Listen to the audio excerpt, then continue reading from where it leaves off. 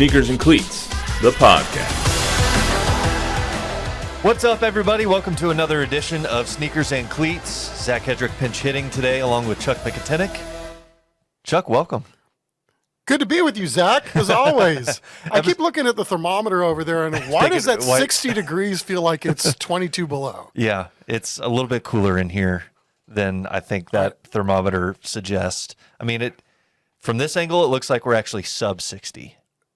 And I know, I think it's the red handle on it that makes it feel like it's really cold.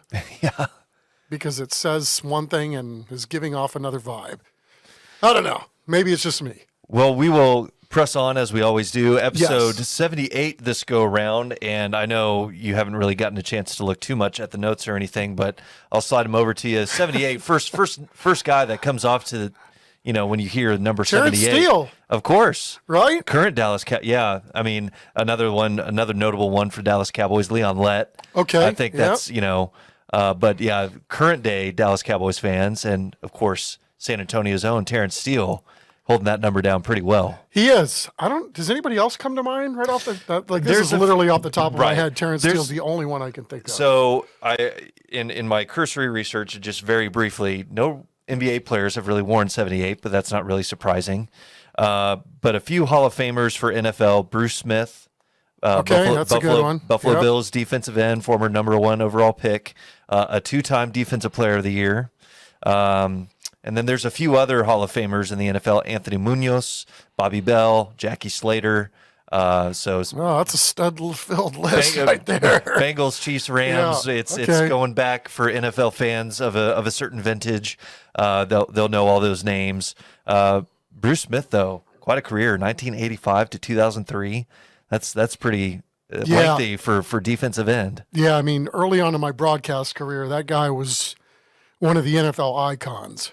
Probably got overshadowed by Reggie during that time, right? Well, I don't know about overshadowed. It was just, it's like today, right? There's good players everywhere. But yes. When you thought about the Bills, certainly Bruce Smith was one of those guys. And that was a team full of stars. Mm-hmm. But he was one of the guys that instantly a lot of people thought of first. And part of that, I guess, era of Bills where they're reaching the Super Bowl 4 years in a row, coming up short. But the thing is like, hey, you're right there on the doorstep. I mean, you have busted down the door. You just couldn't get that ultimate goal finished. Yeah, I mean, again, those teams were really, really stacked, had a lot of personalities and a lot of really good football players. Obviously, Jim Kelly, the quarterback. Mm-hmm. And, just couldn't quite get it done. But doesn't mean that wasn't a great team for a lot of years. Certainly are. We mentioned the 2 former Cowboys and 1 current Cowboy, 78, Terrence Steele, of course. We're both baseball guys. One name who, is a free agent, probably will be a free agent given his recent history, Julio Urias with the Los Angeles Dodgers, a pitcher, rocks 78. So that's about the only one that really has come up. I never would have guessed that. That is of note. But that's about it. We'll get into some baseball later. We're going to be talking Spurs, baseball, and in a fun little treat, it'll be an adventure regarding college football. Of course, they were in the news earlier this week, expanding, making it official that it's going to be a 12-team, 5-conference champion. UTSA has a chance to, be in that conversation in the next few years. I sure hope so, conference champion. I mean, I know. Yes, if that's the case, and conference champions get in, yes, but I just get the sneaky suspicion, right? When this thing expands, they're still gonna default to the really good big school as opposed to the really, really elite little school or smaller brand. Right. And we've seen that kind of play out, I guess. What Cincinnati was the lone group of 5 team, quote unquote, I guess they were, right? Because that was before they made the jump to the Big 12, that they were the first one to make it into the group of 4 and everything. So, and we saw how that played out. But Chuck, let's jump right into, and I guess a few other things. I know Matt has been mentioning notable stuff in 1978 years. 2 things, of course. Cowboys won the Super Bowl in New Orleans in 78. That was the 77 season. That was the 2nd Super Bowl title. And then we're getting closer to VTO and Masters time. So put down a golf note. Gary Player won his 3rd Masters in 1978. So the South African Black Knight getting it done. I think that was his 3rd and final. Masters title. So luckily, having been around the Valero Texas Open for, obviously at least once a year, just some of the characters that have come to town over time to help hype either that event or just golf in general. And Gary Player's aura in terms of positive energy is absolutely electric. And the guy defies age too. Yeah. Still looks amazing. He's kind of like right up there with Arnold Palmer and being one of the ambassadors for Palmer was like the U.S. ambassador, but then Gary Player like helped spread the game and grow the game internationally. So, amen. I mean, yeah, I hope I'm playing golf like him at his age. Right. And there was a stretch in the late 70s where I don't remember what the time frame was, but it was like a 2 or 3 month stretch where there was nobody on earth that could beat that guy. Yeah. He's one of the greats, all-time greats. So let's jump into the Spurs. Chuck, the second half of the rodeo road trip kicking off tonight. Of course, 4 games in 6 days, another kind of grueling stretch to wind this one down. Of course, it hasn't been, stellar. 1-5 so far. It's looking like, they may sneak a game in there, but it's stiff competition. Sacramento, Lakers, Utah, and Minnesota, all really good teams. Looking at the last third of the season, we've got 27 games left in the regular season. What are you looking at from this team, here in the last stretch of their schedule? Well, Zach, I thought it was fascinating. You went to practice yesterday, and on one of the video boards at the facility, that's to me what stood out more than anything, right? Mm-hmm. I mean, if you're looking to see, what is this team's goals, and written on the board was best we can be, play for each other, be responsible to your teammate, be unselfish, and accept roles. And then the last one is figure it out together. Mm-hmm. There's a pretty strong common theme in all of these goals, right? Mm-hmm. It doesn't anywhere say win a bunch of games. Right. I mean, this to me says probably more, and maybe I'm reading into things, but that's a lot of goals that have nothing to do with wins and have everything to do with team bonding. And it also tells me that whatever these goals are means that they have not met any of these to this point. Right. So the fact that they're sitting here with 11 wins, and as you stated, 27 games left to go, they've got to win 11 more games just to equal last year's record. I mean, this in a lot of ways has been a disaster. When you add a talent like Victor Wembanyama, and yet this is what you have to do just to equal what last year's team was. I mean, I don't know if ultimately what I just stated is the responsibility of who or what or all. Bottom line is, if that's what your goals are for these last 27 games, that to me says maybe more than it should. Yeah, and it seems like just in the 2 players that we talked with at practice yesterday while they were still in town, Keldon and Devin, it seems like that message is sunken in pretty quickly because they restated those things, a couple times just in the few minutes that we got a chance to visit with them. I thought it was interesting. Don asked a question to Devin Vassell. Hey, at the beginning of the season during media day, Pop talked about, yes, we're young. Development is still kind of the name of the game, but wins are important too, and it's just like, Don asked, what have y'all learned during that first 2/3 of the season and how y'all are applying it to, this last third?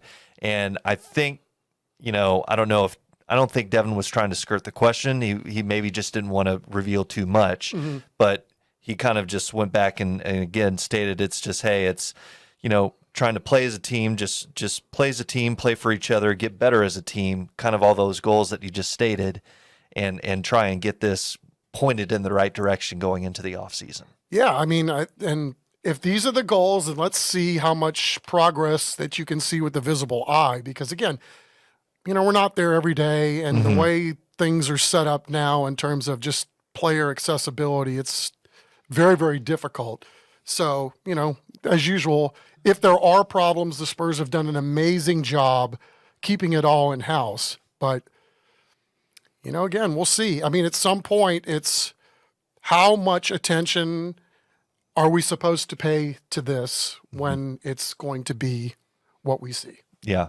most likely maybe even headed for another lottery pick, at this sure point. would appear Because, that way, yeah. but I did like something that Keldon stated was, it's 27 games. We're working on playing for each other and playing together, kind of like the goals that you pointed out. But it said, hey, we're trying to make the games a dogfight, from here on in. We're gonna muck things up as best we can and try and make things difficult. Which you got to like that mentality, and you got to figure, I know during trade deadline time he was, well, do you maybe move a guy like Keldon Johnson or something like that? It sounds like he's a guy that's going to be here to stay in a piece that is going to be part of the future. Yeah, I don't know what they're thinking in terms of, what this roster looks like. All I know is, again, what you see and what are the results. If you have this team assembled, and this year, by adding a Victor Wembanyama with the number 1 overall pick, and your team regresses in some ways,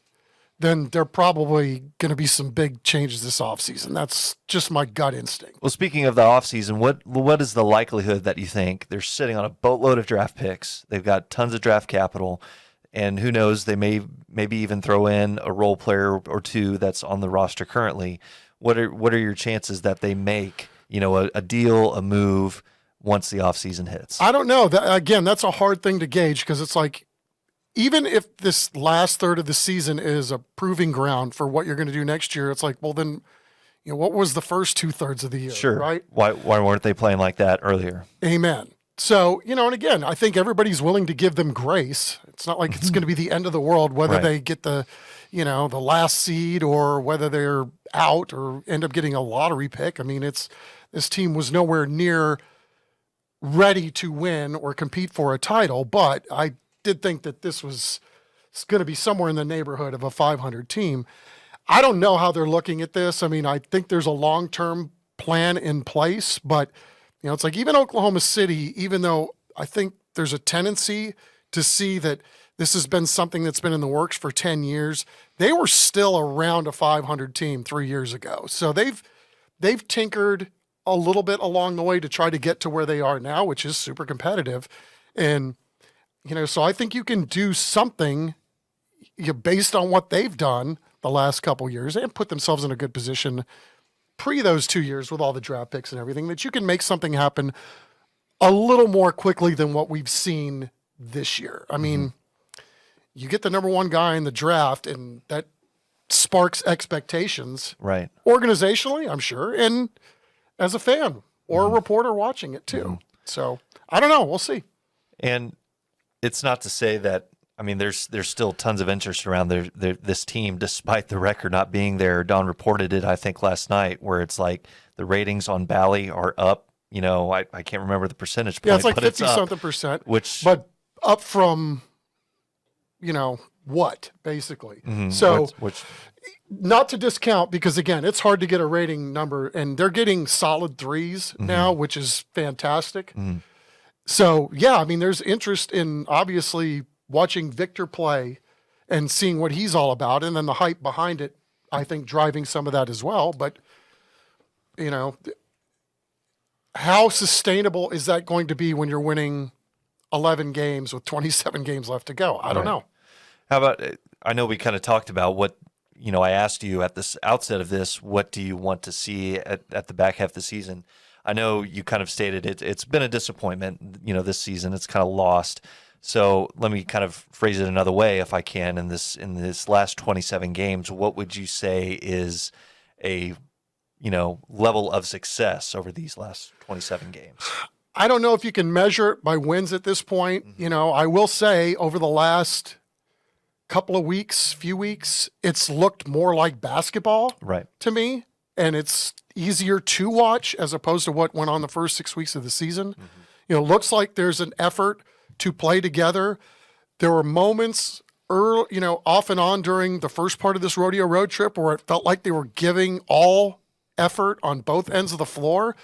Again, something that you used to take for granted that now we're just at least seeing glimpses of. So I just want to see, again, I want to put it in, I probably shouldn't put it in these terms, but, you want to see some bodies hit the floor. I mean, what does this mean to you? Are guys playing for spots on this team next year? Right. put in the effort. Yeah. And it's something that you and Matt talked about on Monday, I think, a little bit in the wake of the All-Star game.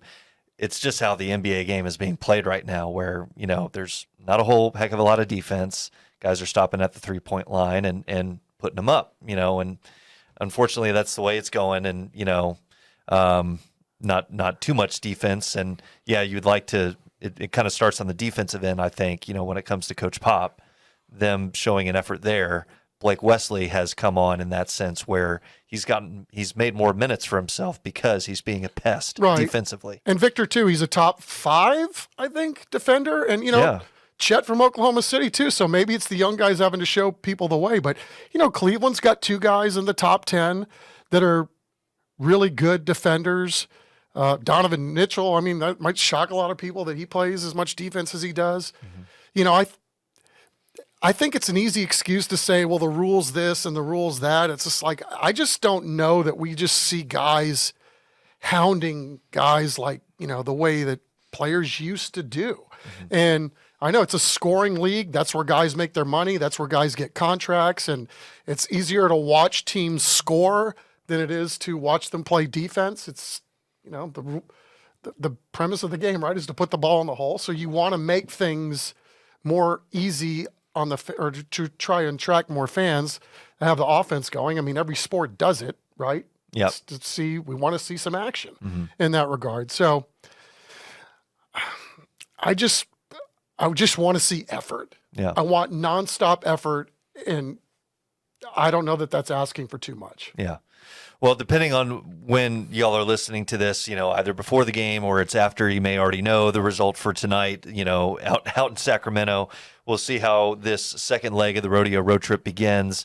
Of course, again, 4 games in 6 days, another grinding stretch. Victor hopefully has caught up on rest, is a little bit more fresh than he kind of appeared in the All-Star weekend. He looked gassed a little bit. But I think that's also, too, just the rigors of this NBA schedule. He's playing a lot of games, more than he has when he was playing over in France. Yeah, there's going to be some adjustment, you would think, for a guy who's 19 years old going through all this for the first time, or anybody. But at the end of the day, he's not digging a ditch. So not going to cry any tears for anybody on that one, for sure. Switching gears now, we're going to move over to baseball. Favorite time of year for you and I think. Spring training games starting up, I believe, this weekend, or if not, next week. So still about a month to go, a little more than a month to go before the regular season starts. Of course, it's exciting to see both the Rangers and Astros kind of up there as early preseason favorites to maybe make it to the World Series. No smack talk just yet. I mean, maybe there was a little, for some guys, I know the Astros are like, hey, we want a piece of them. We're not backing down, which is you love to see. And I'm sure the Rangers, it's like, hey, we're sitting on top. We got what you want. Come and get us. And that's kind of what the Rangers did last year in the build up to winning the World Series. They said all of those things too. I mean, Nathaniel Lowe did it many times talking about, we're not backing down from these guys. And they gave no quarter. So you would expect the Astros, with as many dogs as they got in that room, to do the same thing. I'm all for it. Right. It's going to be fun to watch. I can't wait for those games, division rivals going head to head. Let's dive in, though, specifically to one of our guys, San Antonio's own Josh Jung, MacArthur, Texas Tech grad. Of course, not the way you want this season to start off for him. Judging by, we got a huge sample size last year. I mean, played nearly a full season. Unfortunately, that screaming line drive came and, banged up his thumb. But what does he do in a second season where he's going to get a chance to play all 162 again? I mean, I don't know how you top what you did in year one, right? I mean, All-Star, win a World Series. I mean, I wouldn't mind seeing him go for 290 and 25 dingers and. I mean, I think all that's possible, given a healthy run at this. I think what's astonishing to me is, how does he top it? Maybe get a little more respect for people that vote in the postseason awards, because, there was a lot of meat on that bone too that, I think some people, if they were just looking at the numbers, maybe felt like he should have gotten a few more votes along the way for this award or that award. But it'll be fascinating to see what he does, because, again, for all of the things on the way up for both he and Jace, they'll never be a good infielder. They'll never hit for power. All these things, they put it to bed pretty early with what they've both done so far. That was one topic that I wanted to ask you about. Coming up, the excitement was there about his bat, of course, because everybody's looking at offensively, well, what can you provide? Defense, okay, we'll kind of work on that. He was playing gold glove level defense all throughout the year. Of course, he gets that injury and it kind of, takes him out of the running a little bit. What is it surprising, or I don't, not sure how to phrase it, but it's just like, what kind of, expectation is there now for him to continue at that level? You can't have a drop off. I mean, maybe you do, and that can be expected, but it's just, what would it mean to have that level of consistency in defensively? I think for both of those boys, that there's a work ethic there that is not common amongst guys from old, this middle, generation. or young. Yeah. Mm-hmm. So if there's a drop off, or if it goes higher, it won't be from a lack of effort. Right. They're putting in the work. It's repetition. It's doing all the drills, all the fundamentals, maybe to a fault in some cases, because, Josh has already got a little calf injury. I mean, again, I don't know if that has anything to do with, working out too much, but even he has said that he had to dial stuff down a little bit because, you could just tell they love baseball so much that it's around the clock thing. It doesn't feel like work to them. And this is why they're able to perform. When you go out and work as hard as these guys do, and you mix in a lot of ability on top of it, you're going to get some good stuff. Josh Jung has turned himself into a major league third baseman by sheer grit and hard work because, I'm sure there's a lot more guys that are more athletic, but at the end of the day, who's got the highest fielding percentage in both leagues, or whatever it turned out to be with the stats. I mean, it's pretty remarkable. Yeah, I know going through July and August, he only had a handful of errors and stuff, and sure, you're going to get some tough hops, or you're going to get a scorer who's, not having a great day and charges an error when it should be a hit on a hard hit ball or something. Or an error in the postseason when you literally can't feel your hand because you're coming back from an injury where your bone was broken in half and required multiple screws to put the whole damn thing back together. So, yeah, I don't know that he got enough credit for doing what he did towards the end. Although I have a feeling that over time, the stories about him going through what he went through, Seager, obviously Scherzer coming back, and now he's not ready till July. Right.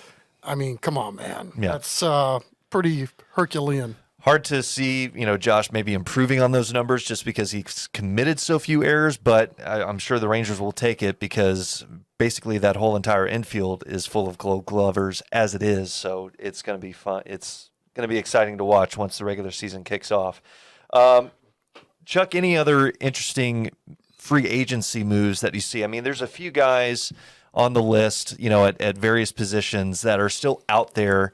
I think maybe the biggest is Jordan Montgomery, from the Rangers World Series roster, still a free agent at this point. Of course, it's a little bit different in Major League Baseball. It's not as quick of a feeding frenzy just because teams can wait and see, okay, what can we ride with this guy? Do we need to go out and get another arm or another bat, another glove? They can sit back and see. Josh Donaldson, a former Toronto Blue Jay, is out there. He can provide a big bat. JD Martinez as well is also out there, another big power guy. Yeah, do you see any of those guys being added? Elvis Andrus, a former Texas Ranger, could now probably in his mid-30s now, probably a utility guy at this point. I mean, Cody Bellinger. I mean, Tommy Pham, dude. Nobody could get that guy out during the World season, Series, right? another World Series guy. Yeah. Evan Longoria, but of course, an elder statesman. But I think the Rangers have been on record saying they don't see themselves adding Chris anybody Young has right now. That. Mm-hmm. So, I'll go with that for starters. And I think it'll be interesting, though, to see how the Rangers handle the early part of the season because, I don't know if, Josh is going to miss any time at third base. We don't know what the timetable is on Corey Seager to this point. I mean, how the hell can you play without that guy on your team, right? Or in the lineup every single day, right? Or at least for long stretches without him. You might be able to do it in a short term. And Seager's warned about this, how difficult it is to play April baseball after such a long run to a World Series championship. And so has Scherzer. Thank you, dude. I don't know why I'm spazzing on that. But Scherzer said pretty much the same thing, too, that when you play in those kind of games, it's easy to get accustomed to just going, that's all I really want to play for. And Right. you can't operate that way. You've got to act like every one of these games It's feels big. like Game 7. Mm-hmm. Yeah. Well, March 28th, Texas Rangers open the season, a brand new season against Chicago Cubs at home. Looking forward to it. Sorry, I don't have the Houston Astros season opener off the top of my head, but it's strange. I just looked at that the other day, but just to go show you where my brain is at these days, I have no recall on that either. But I think the Rangers play later than the Astros that day because they're trying to think of, should we go to opening day?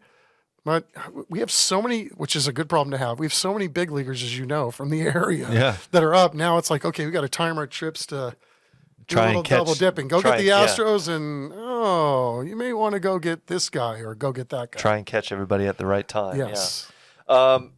Now switching gears again, final topic. It's maybe a little bit of a curveball, but kind of exciting for me just because this subject has been kind of on a shelf, so to speak, for a long time. I know people still play this, kind of to keep it alive, but it's returning this summer. EA Sports College Football announcing today, really no surprise, it's not all that revelatory, but all of the teams, including UTSA, are going to be in the newest version of EA Sports College Football. I remember playing this game a lot. This was my Madden. I know everybody gets jazzed about Madden, but this was like to help you get geared up for the season. It always came out in July, so it's like college football is right around the corner. But what's new with this, of course, in the world of NIL is players will get paid to appear in this game because of name, image, likeness. One report out there says players will receive $600 if they choose to opt in. You can also opt out, and they'll create like a generic avatar or something. But players will get $600 if they appear, plus a copy of the game. Can't beat that. So, I mean, do you have any memories? Did you and your son play this at all, or my son, when he was younger, he really enjoyed the college game more. I was more the Madden guy. I'd play the whole season and try to. I think that's where a lot of us learned make how some to crazy trades, read defenses, and know how salary caps work, right? I mean, it's strange as that may sound. I mean, that game exposed a lot of people to a lot of things, and I love it when I hear pro players talk about, even as kids, that was to them. What the nomenclature goes with this defense and what you're looking for based on the video game. I mean, those games have had cultural significance in the sport of football, whether those sports want to admit it or not. Yeah, they've kind of carved out a piece of, because even the players, the NFL players today, it's kind of a big deal to them whenever they find out their rating, and it's like, oh, I'm this fast, or hey, my speed should be higher. Come on, what they're shorting me here or something. So I guess now that'll be brought to the college game. So if you ever ventured into this game, was there one team in particular that you gravitated to or that you would always sign up and play with? Yeah, I mean, my dad went to Notre Dame, and you probably heard me tell the stories before about my earliest sporting events as a kid. When my dad was in graduate school, I was in second and third grade in South Bend, Indiana. We're all Notre Dame sporting events. So if I played the college game, it was always get the Irish and see what we can come up with. Yeah. And, change the numbers and do all that stuff. Like everybody else. Make your own avatar. Everybody's Nicotinic running around out there. Get them to a national championship. And you can create a player too. So I'm sure everybody might be excited though to create a Frank Harris lookalike and, have fun with him with the UTSA. That should be a lot of fun. Absolutely. Well, we're looking forward to that. That game will be coming out in the summer. I can't wait. The countdown's on. We might be doing some stuff with that, having some fun, seeing if we can't get any of the current roster guys to get on the sticks a little bit. Yeah, I was telling you before we opened the mics, it's been ages since I played Madden or any video game, but maybe this would be the reason to get back in. Yeah, kind of venture back in. Right. We can have like a, have a tournament in the office. Yeah, exactly. During working hours. Well, for educational purposes. Exactly. It's research. We're practicing. Absolutely. Well, that's going to wrap it up for this edition 78. Matt should be back for the next time. He'll do a much better job getting this ship in the right direction. So until next time, thanks for tuning in, everybody. Be sure to download and listen on Apple, Spotify, wherever you get your podcasts. Until next time, have a great one.